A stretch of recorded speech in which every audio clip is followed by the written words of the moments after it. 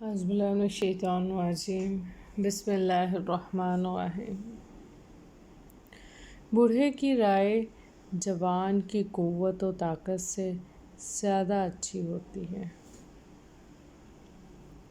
خوش اخلاق لوگوں سے خوش اخلاقی سے پیش آنا کوئی کمال نہیں بلکہ بد اخلاق لوگوں سے خوش اخلاقی سے پیش آنا کمال ہے۔ اخلاص میں جب تک صدق اور صبر کی شمولیت نہ ہو اس وقت تک اخلاص مکمل نہیں ہو سکتا۔ غربت خیرات سے نہیں انصاف سے ختم ہوتی ہے۔ عقل مند اس وقت تک کچھ نہیں بولتا جب تک سب خاموش نہیں ہوتے۔ سب سے بڑا عیب وہ ہے جو اپنے آپ کو محسوس نہ ہو۔ ظالموں کو معاف کر دینا مظلوموں پر ظلم ہے۔ یہ دنیا ایک بینک کی طرح ہے۔ آج اس میں جو جمع کرو گے کل قیامت والے دن اس میں سے وہی ملے گا۔ اچھی تربیت اور آداب سے بڑھ کر والدین کو اپنی اولاد کا کوئی تحفہ نہیں۔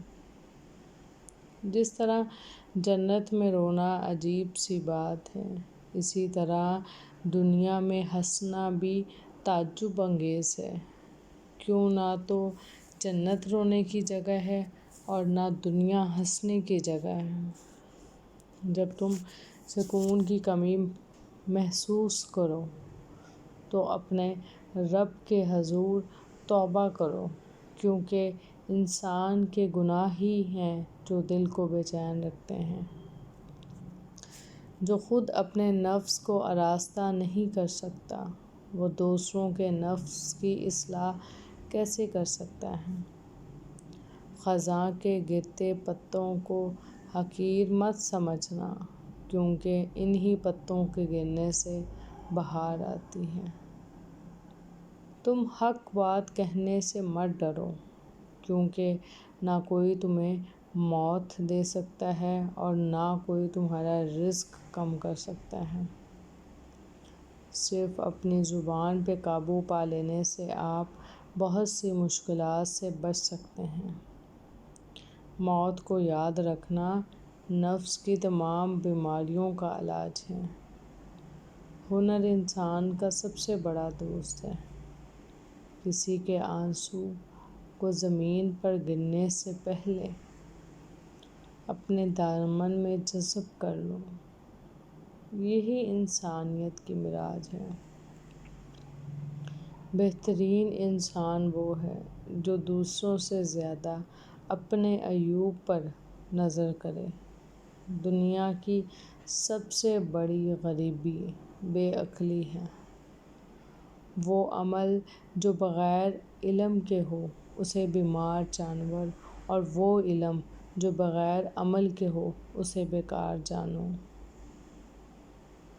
حکمت کی بات گویا مومن کی گم شدہ چیز ہے جسے وہ جہاں دیکھتا ہے لے لیتا ہے۔